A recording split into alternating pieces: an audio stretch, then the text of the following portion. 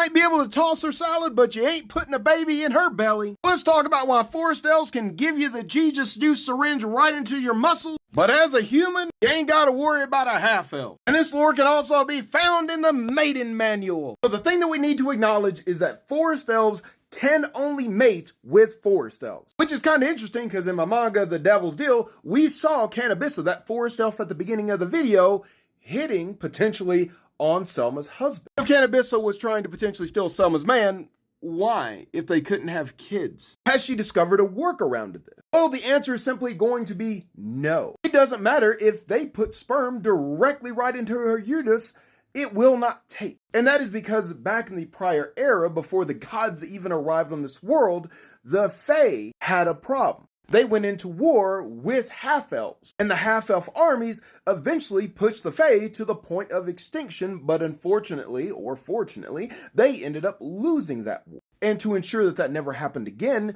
the Great Faes made it where elves could literally not get impregnated by anything other than a forest elf. Well, technically elf, that would all become forest elves because the Great Faes would use their magic to transform all future generations of elves into forest elves. And I know what you must be saying, but Dark, there are more types of elves. So what's the deal? Well, let's address them. The first on the list is going to be the ice/snow elf. But the thing about these guys is even though they are elves, they have literally no initial relation with elves of prior era. Because the Ice Elf origin story has everything to do with a war that was happening in the Frostsafe Forest, and they were a collection of beings such as humans, elves, orcs, then pleaded with Ezeron, the spirit of snow, and Glace, the goddess of winter seasons, to save them from Tarma and the other nations that were basically cornering them and would drive their people to extinction. Because it was effectively a society rather than a race that would later become the Ice Elves